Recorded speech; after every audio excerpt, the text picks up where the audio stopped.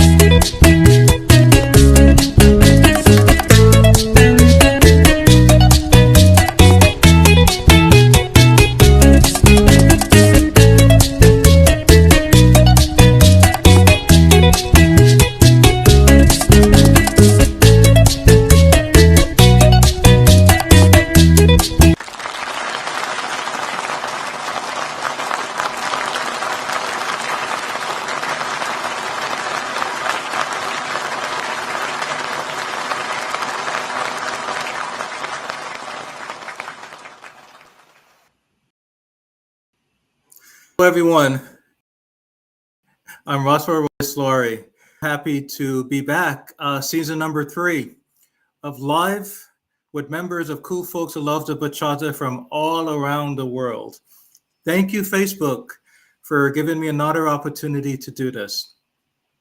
This is an opportunity for dancers, orders, DJs, all this to go live with me this fall and to tell you guys a little bit more, know about their career journey, their aspirations, their motivations, what made them who they are, and so much more. You know, my philosophy is that it's one thing to look at a flyer and to see something printed about an event, but it's a total different ball game when they actually go live with me and talk. We really get to know them, and we really get to appreciate them. I do. So need to better promote themselves to you. We're having such a views. This is our first week. We kicked it off in California with Armando Bro opening on Monday. And yesterday from Miami Beach, Marcos. Thank you so much. You did a great job. My good friend and someone that I respect a lot, Mr. Paul Roberts. He's in Orlando. He's going to pop on, and I appreciate him taking time out of his busy schedule to in the future. October is coming up, and we have so much more. I mean, there's Kimberly Dance, Janet, Fanny Salsa is going to be here. Daniel Collins. There's so many more of cool folks who love to put going live with me this September and October, and I'm blessed. I'm truly blessed. Before I Mr. Roberts out, I just have a couple a couple quick. I came back home to New York City. I've been here since June, as everyone knows. I take care of my mom, and she's not well, and we had to come see my Alzheimer's is getting bad. So decided to bring my mom back with me from Atlanta. So we've been here for an entire summer. We're gonna and sometime in November we're gonna head back down south, most likely in Georgia. So I'll be down south for the winter, and I plan to come see all my friends from Cool Folks in Florida and Georgia. So I'm happy to be here, and it's great to be back home. So thank you. Oh, guess what? I got a job offer. Okay, just found out today. As everyone knows, I grew up with G.I. Joe, He-Man, GoBots, and all of these stuff. Hasbro, Mattel. So Hasbro has offered me a legal remote position.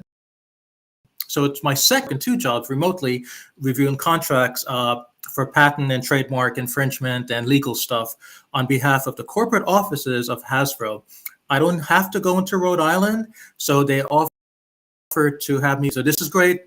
I get to travel more, spend more time with my mom, events. So thank God,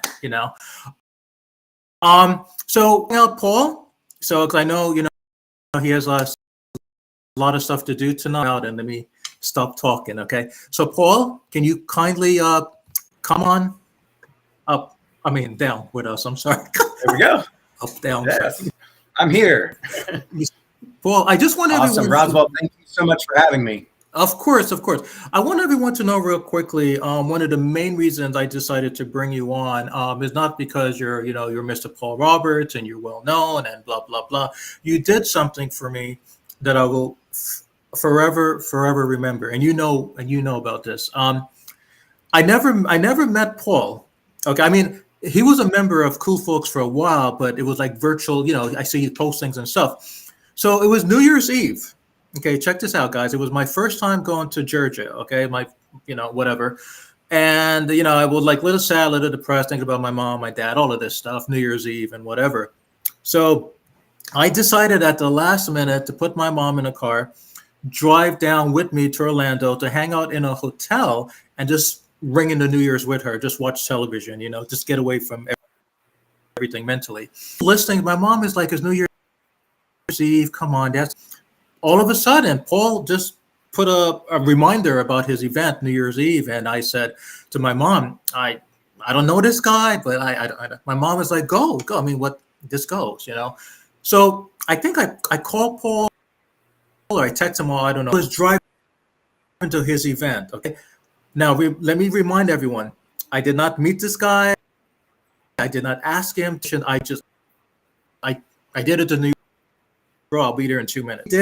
He decided to have me, okay, and New Year's Eve, I caught, but it's a big one. To put me on his guest list at the last minute and stuff, and I mean, I tell everyone how happy and I feel to. Remember, I mean, I've known people in the dance industry for many years, and I still have to beg to please put me on your guest list a year ago. 1, 2, 3. So it tells me a lot about him. He's not only a businessman, but he's a good-hearted man. Okay. So I'm bringing him on for many reasons, but that's the main reason, and he knows it because I've been on his back for months now. Paul, you got to go live with me. You just got to. Okay. So that's a little relationship history. Paul, I'm sure there's more to it than what I told people about how I know you. So please tell people, can you please? Yeah, I appreciate it. Once again, thank you, Roswell. I know you've been very patient, and we've been trying to schedule this for a while, and different things have come up, but it's nice to finally be on here. I really appreciate what you do to take time and manage the page that you do on Facebook, which gives this open platform for people to share what they have going on, and all the support that you've given promoters and instructors and DJs, like you said, to have a voice and be able to talk about what they do, and about themselves as well. So it's really cool to have a platform like this to be able to come on and share a little bit of my history and what I have going on. And one of the things that I'm coming up on 8 years, an 8-year anniversary for running my O-Town social here in Orlando. And some of them have been New Year's Eve socials, and some of them haven't, because I only do the social 4 times a year, whenever there's a 5th Saturday. And like you said, respect and whatnot. When I first started doing this social, all 4 Saturdays were occupied by different dance groups or dance organizations.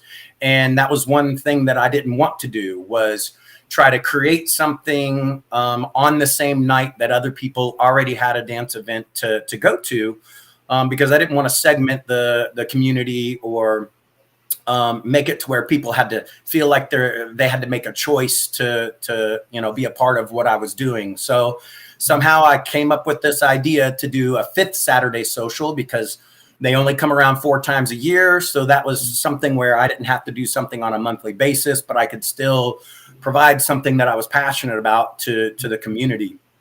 And so one of the big things that I always did was, if you noticed at the door, my guest list is very long. It takes up a whole page, and there's been names on there, people that I knew that were either dance instructors, or that were performers, high level performers, or organizers of other events, and their names have been on my list for years. Even though they might only come once a year, they just know that they can always come there, and all the people that supported me and helped me along the way. Then I made that as something where I thought, for one, these are some of the best dancers in the area, and throughout Florida. So it's great to have them there for people who are just learning to dance, or that might not be involved from a professional level, but they'll have great dancers to dance with.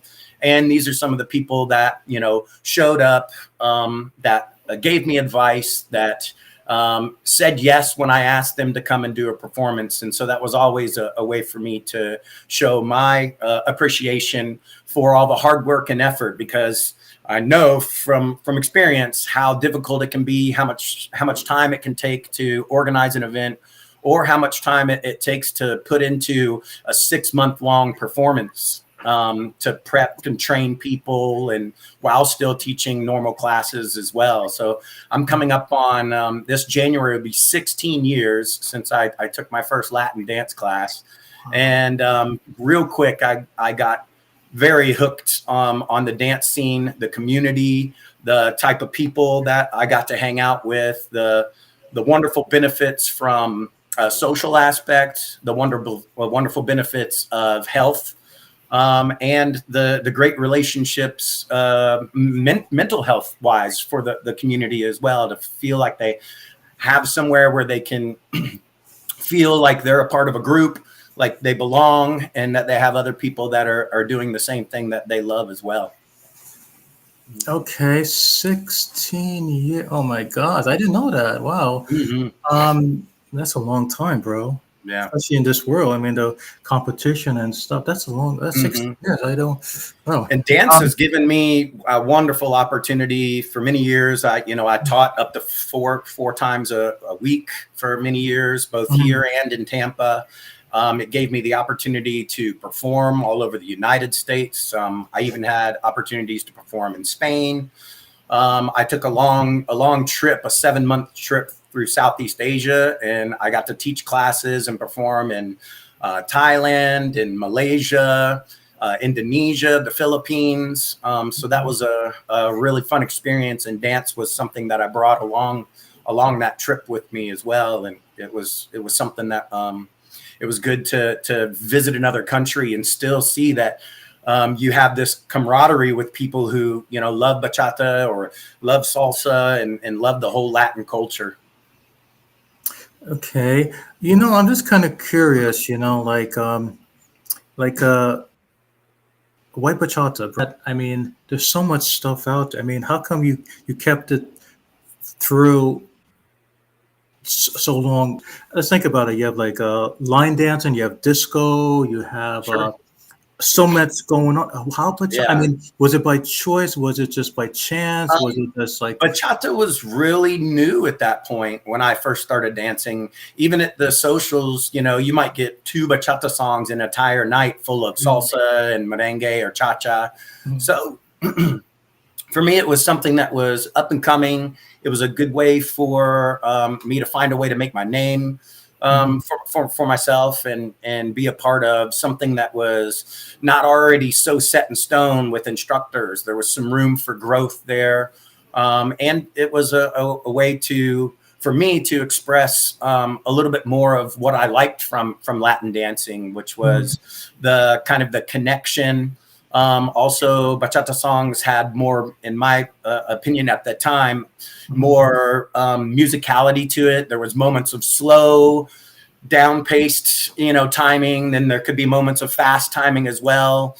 So that was something that really drew me to bachata more than other dance styles. But I still, my first 6 months to a year was all salsa when I started Latin dancing, and there were points too. You know, I took a little break for a while from dancing after I stopped teaching, and I explored other dances, even country two-step and West Coast swing, which is another one I really like. Modern songs, a little bit of a slower pace to it, and a totally different timing. So it was challenging and something new and exciting. And I still look at other dance styles even now. I've gone to some country and Western events here recently and got to see some of those type of dances. And it's cool to see just all the different varieties of dance and be able to enjoy them as well. Yeah, they say dance saved you. Like when I interviewed, let's see, Melody and Miguelito from Arkansas back in the summer. I mean, Miguelito mentioned how dance saved him, you know, and that I said to myself, I could, okay, just I could relate to that. Paul, Mm-hmm. I just didn't get into this bachata stuff because it's fascinating and it's a way to. I got into it because it saved me from going 6 feet under. Yeah. All right, I was hours telling you this. I was in a relationship, you know. I was in a relationship with a Latin person, and it didn't really work out, and it was bad, like really bad, after 8 years. And I said to myself, you don't hitting the big 40, you know, no kids, no family, you know. It's just like, so I was one of those people. I forced it to work. You know, when you force a Mm-hmm. relationship to work, that's bad. It ended up bad. It ended up Very so true. bad that I was literally about to, like, you know, really do one night. And guess what Yeah. saved me, bro? Guess what saved me 9 years ago? Um, Yeah. Aventura. It was one of the songs. I never, you know, I'm not, you know, I never had an appreciation for Latin music, Dominican music, and whatever. But I was so bitter, so angry, and so hurt by my relationship. And I said, "This is not me. This is not Roswell. I don't like to be. I don't like to feel bad." And so let me just switch my taste of music. No more American music. Playing around with the radio, and then he heard, like, I think it was Aventura and whatever. I didn't understand anything they were singing, but for some odd reason, I felt it. You know what I'm saying? I mean, Yeah. Yeah. like I felt it. I felt it. I mean, I didn't. I up to this day I don't understand what they're singing about or anyone is singing about. You know, like bachata. But I felt it and I feel it and I will feel it. So to make a long story short, that, and due to, you know, like legal reason, I can't like mention it on there. But due to the song, it saved me as to why I'm still here with my mom. You know, it saved me from Yeah. not, you know, like going on there. You know what I'm Sure. saying, bro? Sure. Yeah, no, when I found Latin dance, a good friend of mine introduced it to me. He had been going to classes for a while, and I was in a similar Okay. situation. I had a relationship that ended, you know, and I was just sitting on the couch and moping and not doing anything, you know, healthy at the point to help myself. Okay. And so when I started dancing, then that was something where I felt like, okay, this is something that I feel I'm good at. I feel that I'm learning. It's giving me a reason to get out of the house and go be social and open back up, to the idea of a relationship, or even, just in some emotional way, kind of be able to have some closure and put the relationship that I had into the past, because there was this new thing that I could be addicted to instead of some other things, that weren't healthy for me. So, and definitely teaching for a long time, like I said, teaching 4 days a week, and then that's several hours of regular classes. But then after that too, then there's another 2 hours of team training. So where we, put them through an exercise program as well. So it was very good for my health, my energy. It was good for, relationships, and for keeping my idle hands occupied with something that was going to be, a very positive thing in my life. Yeah. So you can relate what I mean by saved. Okay, so that's great. I didn't know that. You see, this is exactly my point. This is one of the reasons I wanted to bring you and everyone else on with me. So, so we can share these stories, because maybe by you and I talking about it, people listening to you, maybe you're saving a life right now. You know what I'm saying? They get introduced into dance and they go into it more, then I'm sure that, I hope that would be, a great thought about what you're doing and all these other people who've come on here. And if it, if they see enough interviews and people who are saying, hey, I've been through some things too, and this was a great outlet for me to be able to be expressive, to find community, to feel like you're a part of something. Those things are important for mental health, for sure. Oh, definitely. Plenty of people in the dance industry that are mental health professionals, or other doctors, or people in that kind of arena, and they've had a lot of those same things, said to them as well. Yes. Well said, man. Well said. Okay. Old Town? Old Town. Now you have to tell. When I did my master's in sociology, names and titles and stuff just fascinates me. Old Town, bro. Why not L Town or P Town or Roswell Town or Paul Roberts? Old Town. They got to be a logic. Gotcha. Here's the logic, man. So, I was born and raised in the Orlando area, and that term O Town has kind of been like a slang to say Orlando. So it was actually a good friend of mine, DJ Suave Beats. He's from, but yeah, he was he was a really big bachata DJ and salsa DJ in Orlando for a long time before he moved out to Vegas, and he was wanting some help to have a way to be able to express his music and still be a DJ, and because he was kind of getting out of the scene at that point. But he thought, Paul, I've had this idea of a name for a long time and calling it the O Town Social, because then it wasn't a part of any actual dance school or organization. It could be separate by itself, and since it was going to be located in Orlando, then the O Town Social, it clicked with me, and I said, yeah, man, that sounds like a really cool name. I think I could see working with that. And after looking, because I'm in the IT profession, that's what my bachelor's degree is in information technology, and I was building websites at the time, and I was like, okay, so let me do some search and see, other than the dance group called O Town, then there wasn't really anything, or the singing group O Town.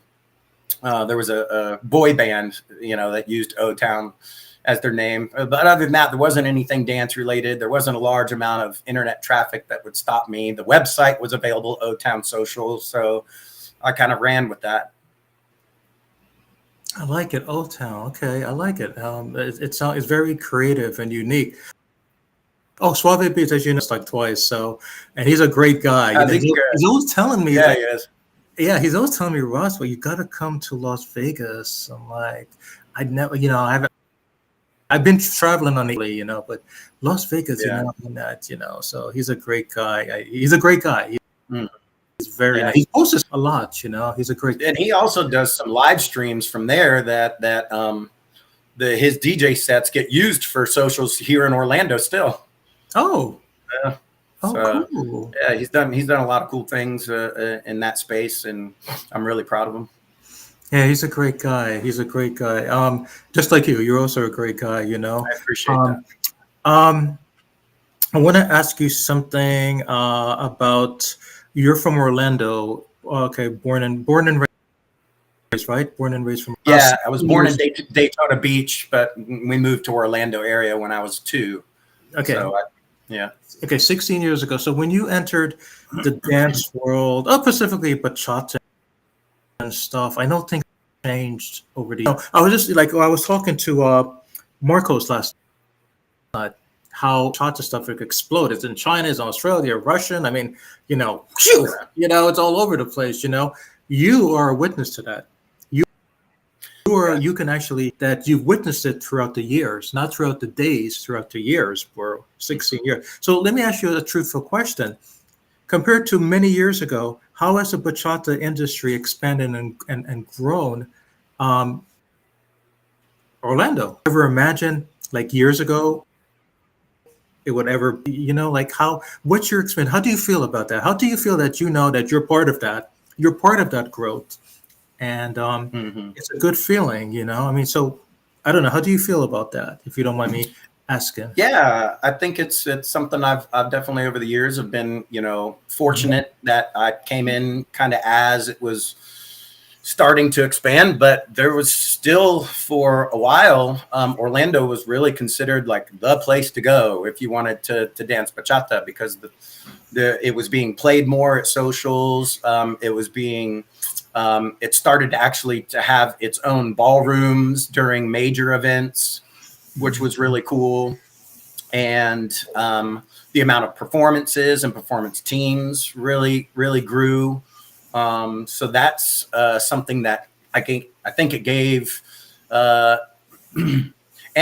in some degrees, depending on how intense of a performance it is, it can be something that's maybe a little bit more of a gateway for people to get involved in dance. In some aspects, people, might say that bachata is easier to start learning if you're brand new to dance versus, salsa or cha-cha.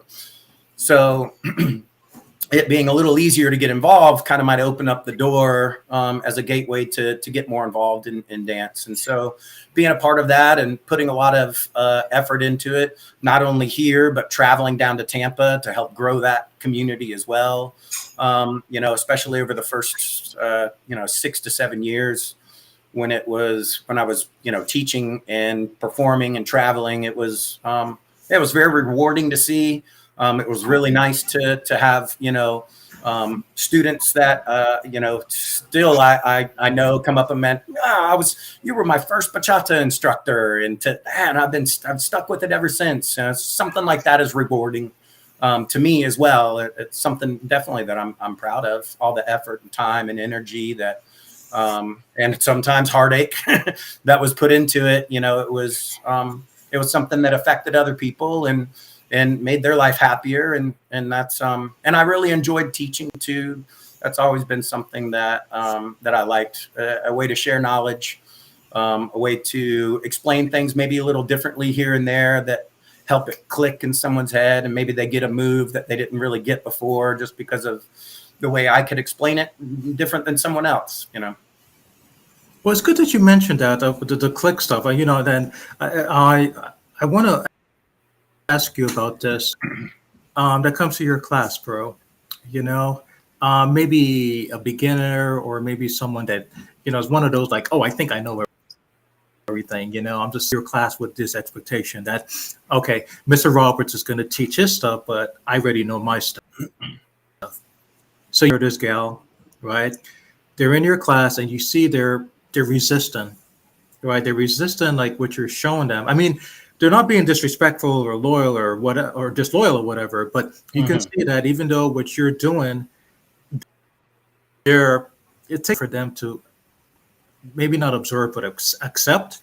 And I know I'm one of those people. Before I entered bachata world, I used to do tango and disco and all that stuff. I was so stubborn.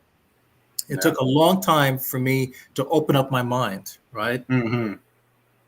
Bachata, so I'm sure there's other Roswells that came to your classes, but then again, they're good, they're not bad, they're not evil. So in a situation like that, like you just said, you just did the finger stuff. You work with that person or that individual. You don't want to discourage them, right? You don't want them to feel Right. that. You know what? If you go somewhere else to get out, you're a teacher, can't do. Of But course. then again, you want them to feel welcome. You don't want them to feel that they have to forget everything or dances, but they need to open up a little piece of their brain to listen to what you're saying because it could help them in the future. So tell us Yeah. about an example like. How do you do an example like that? How do you Sure. do that? I think you're right on with it. It can be a fine line to balance on, to not hurt somebody's feelings or make them feel like they're doing something wrong. I think being open about expectations. Also, I always found a little comedy really kind of made the class go smooth. Throwing a joke here or there about something. But definitely, in a lot of cases in the past, the class would be preempted with a, hey, this is not necessarily the only way to teach. This is not necessarily the only way to do a certain movement. This is just the way that we teach it. And it's not saying that you have to change or modify what you're doing, but you can try it and see how you like it. And maybe you'll find that you get a better response from your follow, if it's a leader, or that the follow might feel less, say, pain during some movements if they try to adapt and make some minor changes, because this dance also has evolved so much, and there are a lot more intricate movements now than there were in the beginning, especially from how it came from even the Dominican Republic. So incorporating these other dance styles, like you see a lot of fusion of different dance styles where the movements from something like Zouk or whatever, they get added into movements for bachata. And if they're not done in a safe way, then it can be something that can, manipulate joints or hurt wrists or injure people's backs. So safety, comfort, a lot of acceptance, and a lot of discussion around making sure that you're being always protective of who you're dancing with on both sides was a large portion of what was discussed during the classes. Right. I'm happy you mentioned. Basis, foundation. You got Yeah. to go through steps 1 through 4 before you can jump right in on 5. And there was stipulations and there was things put in place where even when I first started learning salsa, there was level 1 through 4 during that first hour and level 5 through 8. And you didn't get to go from level 1 to level 2 until you tested out with, one of the instructors. So having those things in place where it gave you a moment to not say something to somebody in an open environment where they might feel embarrassed. Mhm. But if they go, hey, I'm ready to move to level 2, and you say, okay, come over here real quick and let's do this, then you're off by your side. And it's just you, as a coach, you and that person one-on-one, where you can mention maybe some things that you thought needed to be improved on instead of calling somebody out like in the middle of class, Yeah, true, true. And this is one of the reasons a couple of weeks ago I was thinking about not only bringing on dancers, organizers, DJs, from coolfolkswholovetobachata, but who can relate and share their profession to the dance world. Like you just said, you gave the contents of fusion and the importance of how to actually do something correctly, and you can damage a joint. So I was thinking about maybe bringing a chiropractor for someone like with a medical background, Yeah. to kind of continue with, where you left off here, and but of course for I have to get permission from social media and sign legal liability stuff, Sure. but Yeah. Gotta but be it's good careful that with that. yeah, it's good that you mentioned that, because that is one of the things I'm trying to accomplish, hopefully before the year is out there. But it's good that you mentioned that, because it's very important to know. It's important to know, Paul, that it's not only, dance is just not dancing and, jumping around and whatever. There's a way to do it. There's a how to do it and when to do it, right? Yes. When. So that you're staying safe Why? and How and when. you're taking care of each person. So there's there's the connection there, but there's also there's a high level of the possibility for injury if things are if you're not respecting boundaries and you're not listening to dancers' indications. So we taught a lot about indications of whether or not somebody wants to accept a close embrace, or whether they want to keep it, or at a distance, or slowly, testing out someone's abilities in a dance before, not in the first few bars go throw out a triple spin when you haven't even tried a single spin yet, Right. So those kind of things were taught quite often. Dance etiquette was a big portion of it as well. Safety and so those were things we thought about too. And there's some good guys and organizations that are a part of the dance industry that got created for that, like the Mob. Don, the Don from the Mob. I worked with him when he was first setting up the Mob, and we went over a lot of these things, and they've taken that from a safety aspect, from giving a voice to the dancers to say, what it is that they need from some of these large events, and having a safe place to, for both leads and follows to discuss things, or the community in general to make it safer for everybody. No, I'm happy that you mentioned that. And it's great to remind everyone that there's some type of literature that goes behind dancing. There's some type of history. There's like music appreciation. Here we go, like dance appreciation, bachata appreciation. So you're touching on a lot of points as to why I'm doing these interviews with you guys. So you guys are not only coming live with me to talk about your promotions and your career journeys, but talk about a little bit more deeper stuff that can protect someone as they enter the dance world, and how to be a little bit more conscious what they're doing and how they're doing it. So you got a lot of points here, bro. You touched on a lot of points here, which I appreciate. Kids, children, it's a good time to bring that up. Okay. Sure. Okay. When I was young, I'll tell you this real quickly. My family's from Guyana. As everyone knows, I'm West Indies. My family's from Guyana, and we was just like near Brazil. So I'm half Brazilian, half West Indies. So when my parents first migrated to this country in the '70s, they were like, my dad was like super strict. Like, what, dancing, music? Not in this house.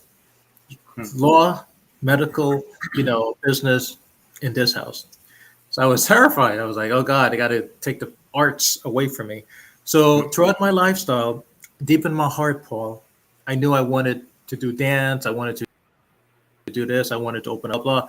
But in my mind, I kept thinking that, yeah, my dad made this right. I don't want to suffer out there, compete, and, and especially in New York. And, so go to school, get my master's, do the doctoral, do the legal stuff, then do what my heart said.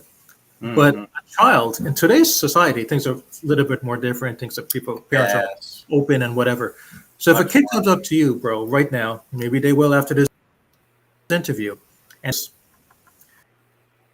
sir, that's serious, even if it means I'm going to leave home. I'm dead serious about professional dancer.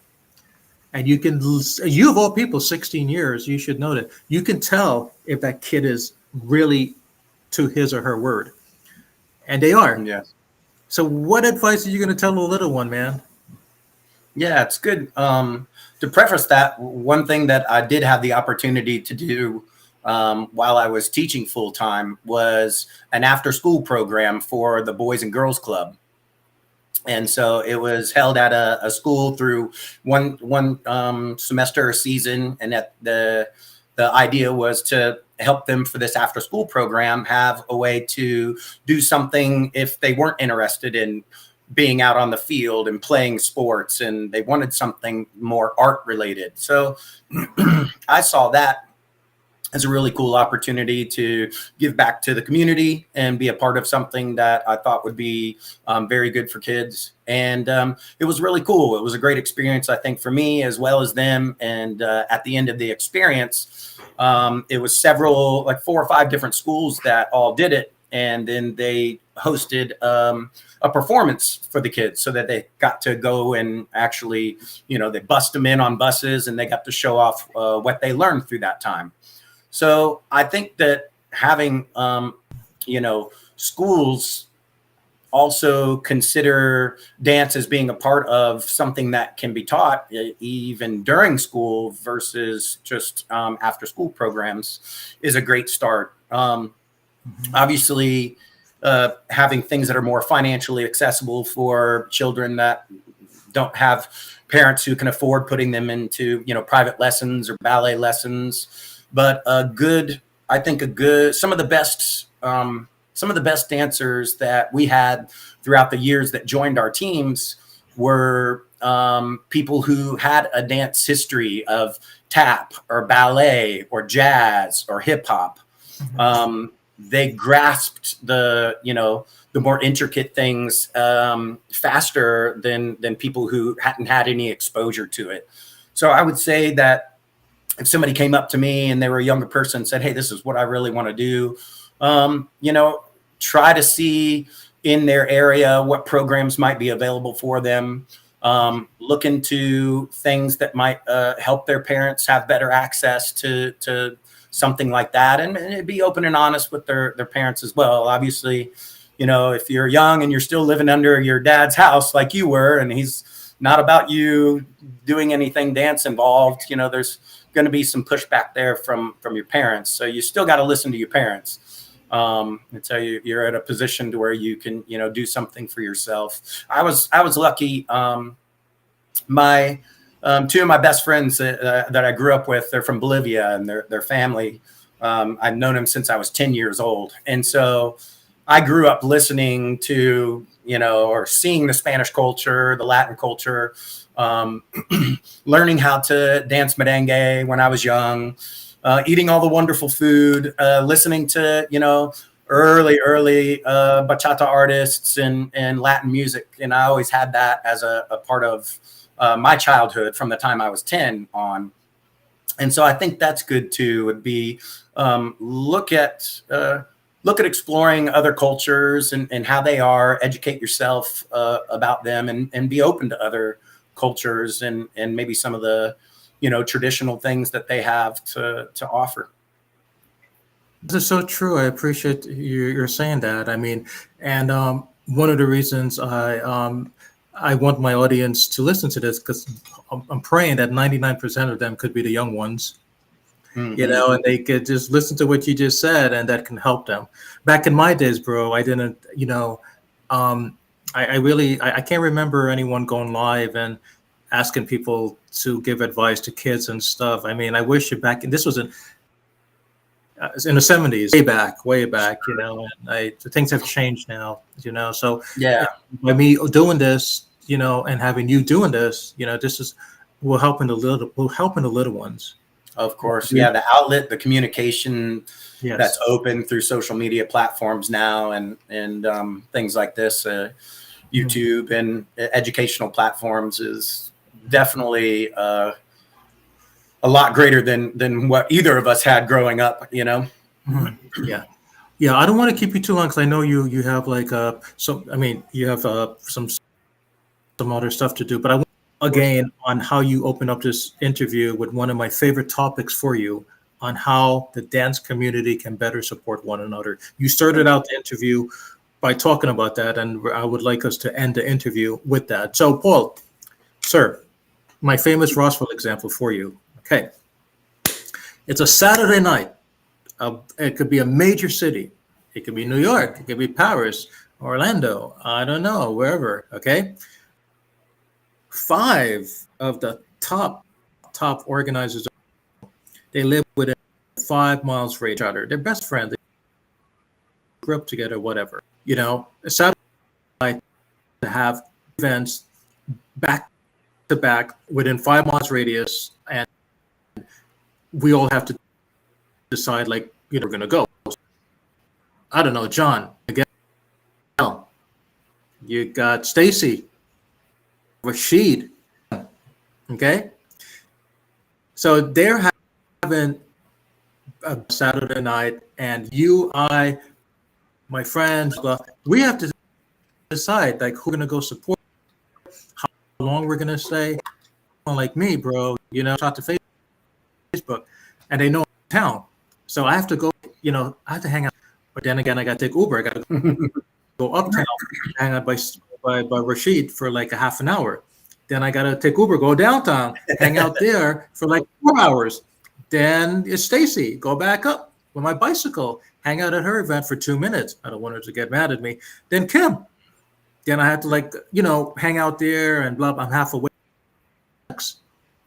So what's up with that? So I guess my point to you is that in a perfect world, how could these 5 amigos, 5 friends, I know they got bills to pay, and they got contracts, legal stuff. There's good stuff, that we all, they have to. But then Monday comes. This is what aggravates me.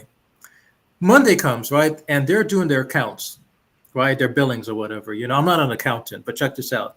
Each one of them realize 99% of the money they dished out, they're only getting like 2%.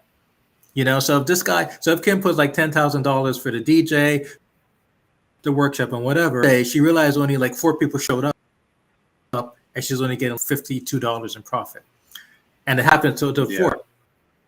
But then again, they do it again next month, next year, and another. So my question to you, Mr. Robert, how can something be prevented? Because I don't know how the world is. They know what they're doing, or maybe ego. I have no idea, bro. I'm asking you because. So take it away. Sure.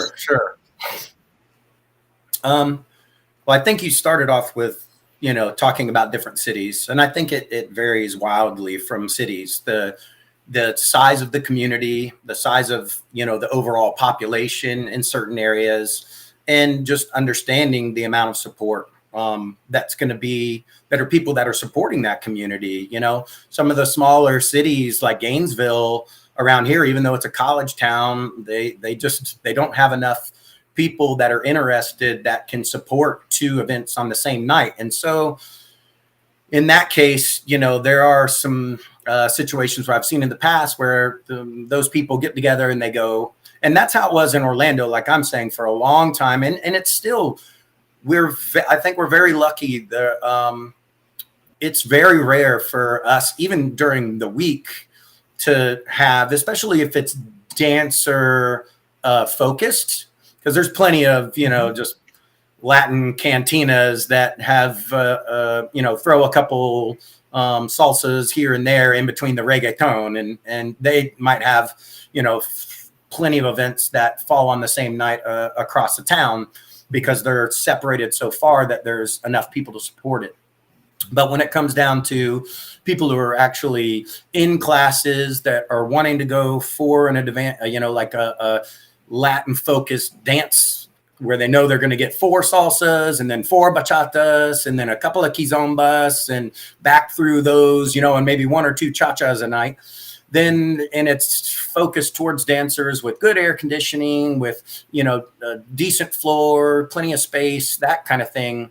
Then there's, it's rare for us around here to have multiple events that are happening on the same night. Or there's been major dance organizations that have held this specific night for so long that nobody else wants to try to even put up an event on the same night and compete with them, because this has been the spot for 5, 6, 7 years. On, you know, every fourth Saturday it's here, and every Friday there's something there.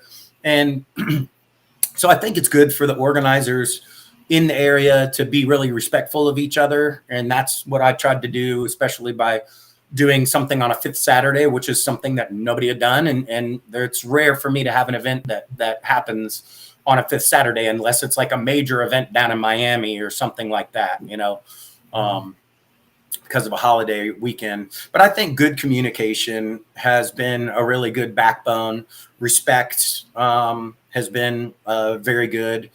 And I think if you look at the population and the amount of people are there, like you said, if they're making good business decisions, they're going to look at the fact that they're trying to throw an event on the same night as 4 other people, and it's not going to work out financially for them. And then they're not going to be able to do it very long. There's been plenty of places, you know, that were a Wednesday night or a Thursday night. They popped up for 6 months, and then, you know, there wasn't enough food ordered. There wasn't enough drinks ordered. So the restaurant shut it down. You know, that kind of thing happens. But I think the other thought to that has to be as well that really the looking at the total numbers of people who are available and seeing, you know, having respect for the people who might have had an event prior to you, or communicating even between people. Hey, instead of us splitting forces and having people go in different directions, why don't we do something together? Like I've done that on several situations, including the New Year's Eve, where instead of somebody hosting a big New Year's Eve that is a friend of mine and someone I know, instead of hosting it down in Tampa, we said, why don't we just do it together? You bring your Tampa people, I'll do the Orlando people, and overall everybody will have a better time because we're not splitting the community on such a major night, you know? So I think that's been beneficial as well. I like that idea, you know, collaboration, bringing everyone together and stuff. And then people have such a great time all in one space without like the travel time in between, like you said. Then they feel like, hey, I got to have a better experience. And the one last point I want to put to that too, and I think this is something that can that might not be as much of an issue in the dance communities anymore, but I know it was in the past, where one studio bad mouths other studios and says, oh, no, you don't want to go to any other studio. You know, you don't want to learn from anybody else. If you're one of our students, you need to be loyal to us. And they try to promote this whole loyalty thing. You know, and I'm not going to mention any studio names or anything like that, but I know it was very prevalent in the past where students would almost feel bad if they went to another facility or location to take classes with multiple people. And that was something that was always promoted at the classes that I was involved in. Hey, go take classes with multiple people, get a better understanding. You might learn something there that you weren't able to learn here. Open up open up the amount of people that you can learn from, and it's only going to help the whole community grow, instead of trying to segment people and segregate them and make them feel like they were going to be chastised if they took classes anywhere other than the studio that where they were at. That's sad. I'm happy I wasn't around back then, because you know, I would be talking about it and bringing each one of those people live and be like, hey, what's up with that guy? He's saying that about so that, but that's it was much more prominent in like ballroom studios from what I understand, and there was still a little bit of it, but I think that idea kind of fell off pretty quick. More of an openness to, you know, the dance community instead of trying to be closed in. Okay, that's a very, very good response. I appreciate that.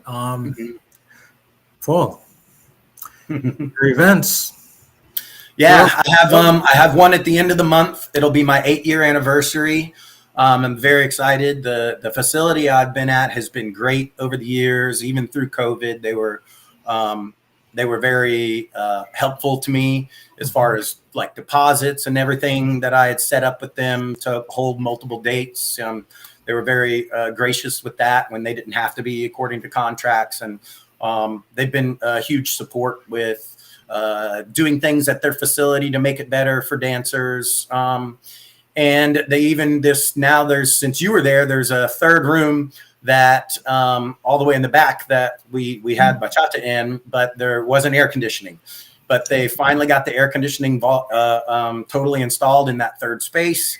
So that's really cool news for me, because now I can provide, once again, something even better for the community, a better experience for them to have. And it'll help propel things into, this next year, and bigger and better events with, with the ability for me then to share that with the people that I hire, able to, multiple times over the years, I've increased the rates that I pay my DJs.